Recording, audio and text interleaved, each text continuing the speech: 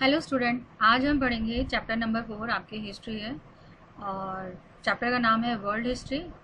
और इससे पहले वीडियो के अंदर मैंने आपको रीजंस ऑफ नेशनलिज्म के बारे में बताया था, कौन कौन से रीजंस हैं नेशनलिज्म इन यूरोप के। और जिसमें मैंने आपको फर्स्ट बताया था emergence of middle class in Europe. इस इमरजेंस ऑफ मिडिल क्लास किस प्रकार से मिडिल क्लास का उदय हुआ था यूरोप के अंदर फ्रेंच रिवॉल्यूशन के बाद। और उसके बाद मैंने आपको सेकंड पॉइंट बताया था लिबरल नेशनलिज्म, किस प्रकार से लिबरल नेशनलिज्म का उदय हुआ था, कैसे ये आए थे। लिबरलिज्म का मतलब होता है फ्रीडम एंड इक्वलिटी, और किस प्रकार से जो लिबरलिज्म है वो आया था।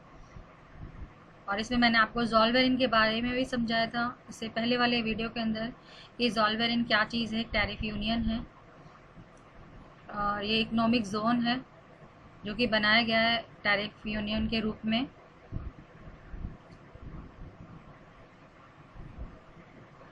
थर्ड पॉइंट है जो आपका revolution in England and France. इसके बारे में मैंने आपको बताया था किस प्रकार से फ्रांस के अंदर रिवोल्यूशन हुआ था और इंग्लैंड के अंदर रिवोल्यूशन हुआ था, किस प्रकार से इसका जो इफ़ेक्ट है वो यूरोपियन कंट्रीज़ पर पड़ा आगे, और कैसे जो मोनार्चिस्ट सिस्टम था उसका अंत हुआ। और ऐसा कहा जाता है कि जो नेशनलिज्म है वो मोनार्चिस्ट रूल की वजह से उदय हुआ था। और आज जो मैं आपको टॉपिक कराऊंगी वो है आपका न्यू ट्रेडिशन आफ्टर 1815। इन 1815 ये अपना फोर्थ पॉइंट है, और new traditions after 1815 CE। In 1815 CE, the representative of European power such as जो रिप्रेजेंटेटिव्स थे यूरोपियन पावर्स के, जैसे कि Britain, Russia and Austria, which had jointly defeated Napoleon, इन तीनों ने मिलकर नेपोलियन को हरा दिया। और ये वेना जगह का नाम है जहाँ पर ये मिले थे टू फॉर्म एन एग्रीमेंट, और वहाँ पर उन्होंने एक एग्रीमेंट बनाया रिगार्डिंग यूरोप से related. In the Vienna Congress के अंदर जो भी पॉलिटिशियंस जो असेंबल हुए थे, इकट्ठे हुए थे वेना कांग्रेस में, एज पर देयर थिंकिंग, अपने विचारों के अकॉर्डिंग, एंड एक्सपीरियंस, और अपने तजुर्बे के according, repeated and their promise, उन्होंने अपना जो वादा था उसको रिपीट किया, keeping Europe away from the split of nationalism, liberalism and democracy. उन्होंने ये वादा किया, अपने जो वादा जो उन्होंने वापस से रिपीट किया, और उसमें उन्होंने यूरोप को नेशनलिज्म, लिबरलिज्म और डेमोक्रेसी की जो भावना है उससे दूर रखने के लिए प्रॉमिस किया, which they consider to be a feature of new generation, जो कि वो मानते हैं कि ये जो फीचर्स हैं ये न्यू जनरेशन्स के हैं, न्यू जनरेशन जो आने वाली जनरेशन है उसके फीचर्स हैं। इन जनरेशन ऑफ 19th सेंचुरी के अंदर, and of reforming Europe and reestablishing the tradition system over there, और जो यूरोप है उसको दोबारा से रिफॉर्म करना और रीस्टैब्लिश करना जो ट्रेडिशनल सिस्टम है वहाँ पर। तो ट्रेडिशनल सिस्टम में क्या था कि उनको न्यू जनरेशन को दूर करना था नेशनलिज्म, लिबरलिज्म और डेमोक्रेसी से। लेकिन ये जो तीनों फीचर्स थे ये न्यू जनरेशन के अंदर आ गए, लेकिन ये जो पॉलिटिशियंस थे वो अनेबल थे, समझ नहीं पा रहे थे to identify the cause of their origin, कि भाई ये क्यों ओरिजिन हो गए, इसका रीज़न इन पॉलिटिशियंस को समझ भी नहीं आ रहा था। This is the reason that the arrangement which the Vienna Congress try to establish were destroyed during the next 100 years. और यही कारण था कि जो अरेंजमेंट है जो कि वेना कांग्रेस कोशिश कर रही थी कि इसको try to establish were destroy, जो स्टैब्लिश किया गया था उसको डिस्ट्रॉय करना चाहती थी ये नेक्स्ट 100 ईयर्स तक। यानी कि जो वेना कांग्रेस थी वो नहीं चाहती थी, या उसके जो पॉलिटिशियंस थे वो नहीं चाहते थे कि यूरोप के अंदर कभी भी या 100 ईयर्स तक स्प्लिट ऑफ नेशनलिज्म और लिबरलिज्म और डेमोक्रेसी की जो भावना है वो कभी आए। लेकिन ये आ गई न्यू जनरेशन के अंदर। तो ये एक रीज़न था, इसको डिस्ट्रॉय करना चाहते थे ये। दैन उसके बाद फिफ्थ जो था है जो आपका पॉइंट, ये है रिवोल्यूशनरीज यानी कि क्रांतिकारी। During the year after 1815 CE, 1815 CE के बाद के सालों में several liberalist and nationalist went underground.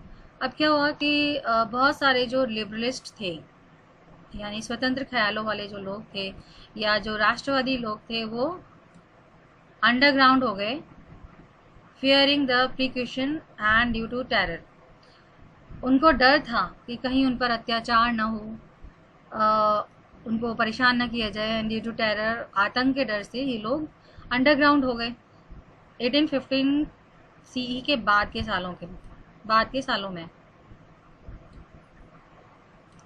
In many European states, और बहुत सारे जो यूरोपियन स्टेट्स थे, secret associations were form to provide training to the revolutionaries to propagate their thoughts.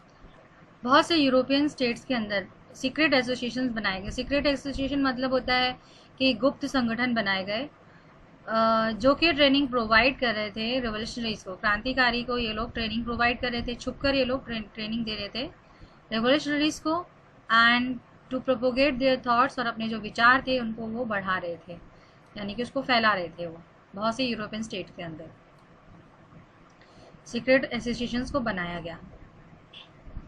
Being a revolutionary refers to opposing those monarchist agreements which were formed after the Vienna Congress।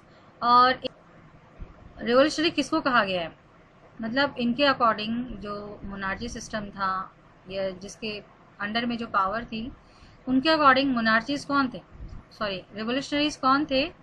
Revolutionaries वो थे जो कि मोनार्चिस arrangement का विरोध करते थे। जिस arrangement मतलब क्या हुआ कि जो राजाओं ने जो अरेंजमेंट किया था, जो राजा ने जो अपना सिस्टम बना रखा था, जिसे कि बनाया गया था वेन्ना कांग्रेस के बाद, उसका विरोध करने वालों को रिवोल्यूशनरी का नाम दिया गया। यानी कि जो भी मोनार्चिस अरेंजमेंट का विरोध करेगा वो रिवोल्यूशनरी बन जाएगा, यानी क्रांतिकारी बन जाएगा। अलॉन्ग विद दिस, इसके साथ साथ it was mandatory for revolutionaries to remain committed towards the independence. और साथ में ही जो रिवोल्यूशनरीज थे, क्रांतिकारी थे, उनके लिए ज़रूरी था कि वो कमिट करें टुवर्ड्स द इंडिपेंडेंस, यानी कि उनको ये प्रॉमिस करना है कि हमें आज़ादी, कि हमें अपने देश को आज़ाद कराना है, independence and freedom, and to struggle for these causes, और इनके लिए हमें संघर्ष करना है। तो ये रिवोल्यूशनरीज के लिए मैंडेटरी था, यानी ज़रूरी था। तो इसमें आपने क्या पढ़ा, इसमें रिवोल्यूशनरीज ने क्या अपना कंट्रीब्यूशन दिया था कि जो रिवोल्यूशनरीज थे, पहले तो ये कि रिवोल्यूशनरीज थे कौन, ये थे मोनार्चिस्ट अरेंजमेंट का विरोध करने वाले, अपोज करने वाले, और साथ में इन लोगों ने कमिट किया था कि वो अपनी कंट्री है उसको आज़ाद कराएंगे और फ्रीडम, आज़ादी और स्वतंत्रता दिलाएंगे, और इसी के लिए उनको संघर्ष करना है, स्ट्रगल करना है। मोस्ट ऑफ द रिवोल्यूशनरीज, और ज़्यादातर जो रिवोल्यूशनरीज थे, regard the formation of nation state to be an essential part of this struggle for independence. ज़्यादातर जो क्रांतिकारी थे उन्होंने, तो ज़्यादातर जो रिवोल्यूशनरीज थे उनको केवल इसीलिए याद किया जाता है कि उन्होंने एक नेशन स्टेट बनाया था और वो एसेंशियल हिस्सा बने थे इस स्ट्रगल का आज़ादी के लिए। तो ये था रिवोल्यूशनरीज के बारे में कि किस प्रकार से जो रिवोल्यूशनरीज थे या लिबर्टिस्ट, नेशनलिस्ट और ये थे, ये डर के मारे ये पहले तो अंडरग्राउंड हो गए और फिर उन्होंने एसोसिएशन बनाया, सीक्रेट एसोसिएशन बनाया, और उसके बाद ये जो रिवोल्यूशनरीज थे उनको ट्रेनिंग दे रहे थे जिससे कि ये अपने विचारों को बढ़ा सकें और अपने देश को आज़ादी दिला सकें। और रिवोल्यूशनरी कहा जाता था मोनार्चिस्ट अरेंजमेंट को, मोनार्चिस्ट अरेंजमेंट का विरोध करने वालों को या अपोज करने वालों को। तो ये था आपका रिवोल्यूशनरी। देन फिर आता है आपका कंट्रीब्यूशन ऑफ लैंग्वेज। नेशनलिज्म के अंदर लैंग्वेज और फोक टेल ने अपना कंट्रीब्यूशन दिया।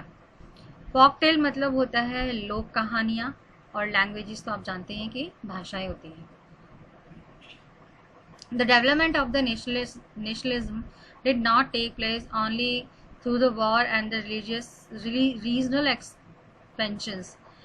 जो डेवलपमेंट था नेशनलिज्म का, ये न केवल वॉर के थ्रू हुआ था, न रीजनल एक्सपेंशन के थ्रू हुआ था, बल्कि art, poem, folk tales and music also contributed. इन्होंने भी अपना योगदान, इम्पॉर्टेंट जो कंट्रीब्यूशन था वो दिया था, emphasising and expressing the feeling of nationalism. लोगों के अंदर राष्ट्रीयता की भावना भरने में और राष्ट्र के प्रति अपनी फीलिंग को एक्सप्रेस करने में। तो न केवल वॉर और न ही एक्सपेंशन, रीजनल एक्सपेंशन, इसके अलावा आर्ट, पोएम और फॉक टेल था, इन्होंने भी अपना कंट्रीब्यूशन दिया था। The spirit of nationalism was kept alive, communicating the nationalistic message to a large number. और जो राष्ट्रीयता की भावना थी, इसको जिंदा किया गया कम्युनिकेटिंग के थ्रू, यानी कि बातचीत के थ्रू, लोगों से अपने मन की बात कह करके। द नेशनलिस्ट मैसेज, और जो नेशनलिस्ट थे, जो राष्ट्रवादी थे, उन्होंने मैसेज दिया एक बहुत सारे लोगों को थ्रू अ लोकल लैंग्वेज, आम भाषा के अंदर, जो वहाँ की लोकल लैंग्वेज थी उसमें, एंड लोकल फॉक लिटरेचर या लोकल फॉक लिटरेचर में उन्होंने अपनी जो विचार थे वो लोगों से कहे। Language also played an important role, और जो लैंग्वेज थी इसने भी एक इम्पॉर्टेंट रोल निभाया था in developing the feeling of nationalism, राष्ट्रीयता की भावना भरने में। आफ्टर रशियन डोमिनेशन के बाद polish language was forcefully removed. जो पॉलिश लैंग्वेज थी उसको फोर्सफुली हटा दिया गया स्कूलों से, and the Russian was employed in its place, और उसकी जगह पर रशियंस थे, उनको एम्प्लॉयड कर दिया गया। ये हम फ्रांस की बात कर रहे हैं। फ्रांस के अंदर जब रशिया का डोमिनेशन था तो उन्होंने जो पॉलिश लैंग्वेज थी उसको वहाँ से हटा दिया, जो कि लोकल लैंग्वेज हुआ करती थी वहाँ की, और उसकी जगह उन्होंने रशियन लैंग्वेज को इंट्रोड्यूस किया और वहाँ रशियन लोगों को ही एम्प्लॉयमेंट पे रखा, रोज़गार रशियंस को ही दिया। इन 1831 CE N armed revolt took place against Russia, और 1831 में एक आर्म रिवोल्ट हुआ, यानी हथियारों के साथ इनका रिवोल्ट, आर्मी ने रिवोल्ट कर दिया रशिया के खिलाफ, हथियारों के साथ रिवोल्ट हुआ रशिया के खिलाफ, which was finally crush down, जिसको कि आखिरकार उसको ख़त्म कर दिया गया, क्रश कर दिया गया, मतलब कुचल दिया गया उस रिवोल्ट को।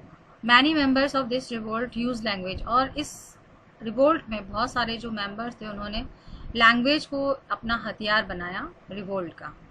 तो यानी कि जो इसमें उन्होंने एक लैंग्वेज को यूज़ किया था एक वेपन के रूप में।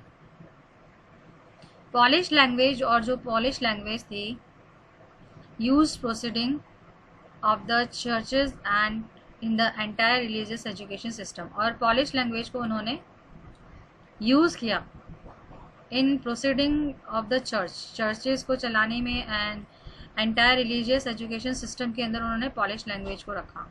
पॉलिश लैंग्वेज, जो पॉलिश लैंग्वेज है, ये एक सिंबल बन गई अगेंस्ट द रशियन डोमिनेशन के खिलाफ। तो इसमें लैंग्वेज ने अहम भूमिका निभाई थी। मेन जो कंट्रीब्यूशन था वो लैंग्वेज का था, और साथ में फोक टेल्स वगैरह, आर्ट, पोएम्स एंड टेल्स का भी इसमें कंट्रीब्यूशन था नेशनलिज्म की भावना भरने में। लोग अपने विचारों को, अपने जो मैसेजेस थे लोगों तक पहुंचाने के लिए लोकल लैंग्वेज को यूज़ किया करते थे या लोकल फॉक लिटरेचर को यूज़ किया करते थे। और लैंग्वेज जो थे उसने ही जो राष्ट्रीयता की भावना थी, इसने इम्पॉर्टेंट रोल निभाया लैंग्वेजेस ने नेशनलिज्म की भावना को भरने में लोगों में, in the feeling of nationalism. तो ये contribution of language and forktail हो गया। तो आपने देखा किस प्रकार से जो लैंग्वेज एंड फोकटेल इन्होंने अपना कंट्रीब्यूशन दिया था। रेवोल्यूशनरीज कौन होते हैं और क्या इन्होंने काम किया था अपने कंट्री को आज़ाद कराने के लिए, ये आपने इसमें पढ़ा। और ये सारे जो रीजंस हैं वो हैं नेशनलिज्म को डेवलप करने के रीजंस हैं कि किस प्रकार से जो नेशनलिज्म है वो डेवलप। अब हम पढ़ेंगे इंडस्ट्रियल रिवोल्यूशन। इंडस्ट्रियल रिवोल्यूशन क्या होता है? इंडस्ट्रियल रिवोल्यूशन मीन्स होता है क्रांति या बहुत तेजी से चेंज होना, उसको हम रिवोल्यूशन कहते हैं। और ये जो बदलाव हुआ था ये इंडस्ट्रीज के अंदर हुआ था, यानी कि इंडस्ट्रीज़ बहुत तेज़ी से डेवलप होने लगी और उसी को इंडस्ट्रियल रिवोल्यूशन का नाम दिया गया। From the beginning of the human civilisation के बिगनिंग से ही up till the starting of 19th century, और 19th सेंचुरी के स्टार्टिंग में the entire work across the world was perform through the tools, और जो पूरा काम था वो पहले टूल्स के थ्रू किया जाता था, जो कि हाथों से जिनका यूज़ हाथों के थ्रू हुआ करता था, यानी ऐसे टूल्स जो कि हाथों के थ्रू चलाए जाते थे। तो जितना भी जो भी काम होता था पूरा वो लोग मैनुअल किया करते थे। Man discover the various sources, और जो मैन थे उन्होंने नई नई सोर्सेज ऑफ एनर्जी को डिस्कवर किया। Through their use the work capacity of man unlimited. अब जब इंसान ने नए सोर्सेज का डेवलपमेंट कर लिया, डिस्कवर करा, जो कि एनर्जी से चलते थे, और इसकी वजह से जो इनका काम, इनकी जो वर्किंग कैपेसिटी थी इंसानों की, वो अनलिमिटेड हो गई, यानी कि वो कम समय में बहुत सारा काम कर सकते थे। और इसके अंदर जो डेवलपमेंट हुआ था, या जो मशीन्स वगैरह बनी थी, उसमें थे steam power, electricity. Steam power बनाया गया एंड इलेक्ट्रिसिटी को डेवलप किया गया, इलेक्ट्रिसिटी बनाई गई एंड गैस वगैरह बनाई गई एंड सेवरल अदर एरियाज़, और भी कई एरियाज़ के अंदर डेवलपमेंट हुआ था। Were the symbol of developing human civilization, ये कुछ एरियाज़ है जहाँ पर कि ह्यूमन सिविलाइजेशन का डेवलपमेंट हुआ था, विच resulted in inventions of atomic energy, और जिसके परिणाम स्वरूप एटॉमिक एनर्जी का इन्वेंशन हुआ। तो इंडस्ट्रियल रिवोल्यूशन में स्टार्टिंग में जो लोग थे, सबसे पहले क्या था कि लोग थे वो हाथों से काम करते थे। उसके बाद उन्होंने नए नए सोर्सेज ऑफ एनर्जी को डेवलप किया, और इससे इनकी जो वर्किंग कैपेसिटी थी लोगों की वो अनलिमिटेड हो गई, यानी बढ़ गई। और जिसमें कि उन्होंने steam power, electricity, gas and several other areas जो थे इसके अंदर डेवलपमेंट किया, और ये ह्यूमन सिविलाइजेशन का डेवलपमेंट था, और जिससे कि एटॉमिक एनर्जी का डेवलपमेंट हुआ। इन वर्ल्ड में India is such country, world में इंडिया एक ऐसी कंट्री हैविंग कॉटेज इंडस्ट्री, जहाँ पर कॉटेज इंडस्ट्री हुआ करती थी। Where high quality of steel was produce, जहाँ पर हाई क्वालिटी की स्टील्स को प्रोड्यूस किया जाता था, using iron furnace since very ancient time, प्राचीन काल से ही, मतलब स्टार्टिंग से ही यहाँ पर बहुत अच्छी क्वालिटी की स्टील बनाई जाती थी। और ये जो स्टील बनती थी वो आयरन फर्नेस को यूज़ करके बनाई जाती थी, और कई सालों से, मतलब कई पुराने समय से ही, प्राचीन काल से ही यूज़ किया जाता था। जैसे बता रहे कॉटेज इंडस्ट्री थी हमारे यहाँ, जब लोगों का इंडस्ट्रियल डेवलपमेंट हुआ था तो उससे पहले हमारे यहाँ कॉटेज इंडस्ट्रीज हुआ करती थी। One of its major example is iron pillar, और इसका जो एक सबसे बड़ा एग्जाम्पल है वो है आयरन पिलर दिल्ली का, विच स्टैंड इवन टुडे, वो आज भी बिना किसी जंग लगे वहाँ आज भी खड़ा हुआ है। धूप, पानी, बारिश सब में वो ऐसे ही खड़ा रहता है, और फिर भी उसमें जंग नहीं लगती है। तो ये पहले के लोगों की सोचने का तरीका था कि किस तरह से उन्होंने उसको बनाया है, जिससे कि कहते हैं कि लोहे में तो फटाफट से ज़रा सा हवा पानी लगा और उसमें जंग लग जाती है, लेकिन दिल्ली का जो आयरन पिलर है उसमें अभी तक जंग नहीं लगी है, और इसको काफ़ी समय पहले बनाया गया था। इम्प्रूव वैरायटी ऑफ सीड्स, और कई प्रकार के सीड्स को इम्प्रूव किया गया। इन एग्रीकल्चर में यूज़ किया जाता है। And mixed farming is a gift from India, और जो मिक्स फार्मिंग है वो भी इंडिया की ही देन है, इंडिया ने ही वर्ल्ड को दी है। इंडिया ने ही जो मिक्स फार्मिंग है वो वर्ल्ड को प्रोवाइड की है या दी है। Making dam and bridges in India has play important role in providing basic infrastructure to industry, और डैम को बनाना या ब्रिजेस को बनाना इंडिया के अंदर, ये इसने एक इम्पॉर्टेंट रोल निभाया था, बेसिक इंफ्रास्ट्रक्चर प्रोवाइड किया था इंडस्ट्रीज़ को, क्योंकि इंडस्ट्रीज़ के लिए इलेक्ट्रिसिटी की ज़रूरत होती है, और वो डैम और ब्रिजेस के थ्रू बनाई जाती है, hydro electricity. And direction to the entire world, और पूरे वर्ल्ड को डायरेक्शन दिया था, यानी कि सबसे पहले जो काम थे, वन सच एग्जाम्पल, और इसका ही एक सबसे अच्छा एग्जाम्पल है वो राम सेतु, जो कि श्रीलंका और इंडिया के बीच में जो बनाया गया था, थाउजेंड्स ईयर एगो, यानी कि हज़ारों साल पहले ही बना दिया गया था। whose process of construction has been described in our शास्त्र, और इस कि उसको कैसे बनाया गया था, इसका जो प्रोसेस है वो हमारे शास्त्रों के अंदर लिखा गया है। In India excellent system of agriculture, और इंडिया के अंदर बहुत ही अच्छा सिस्टम हुआ करता था एग्रीकल्चर, इंडस्ट्रीज, ट्रेड, कॉमर्स का, was present even before the beginning of 19th century, और ये 19th सेंचुरी के स्टार्टिंग से पहले तक ये प्रेजेंट था। While so called thousands of developed Nations had just started new experiment from 19th century, और ऐसा कहते हैं कि जो हज़ारों जो डेवलप नेशन है आज जो डेवलप्ड हो गए हैं, उन्होंने एक नए एक्सपेरिमेंट स्टार्ट किए थे 19th सेंचुरी के अंदर। मीनिंग ऑफ इंडस्ट्रियल रिवोल्यूशन, इसके बारे में मैं आपको नेक्स्ट वीडियो के अंदर बताऊंगी। तो जब तक जो मैंने पढ़ाया उसको आपको रिवाइज करना है, और जो चीज़ नहीं आई वो आप मुझसे पूछ सकते हैं कमेंट बॉक्स पर। तो आज आपने क्या पढ़ा था? आज आपने पढ़ा था reason of nationalism in Europe and introduction industrial revolution. तो okay, bye, have a nice day.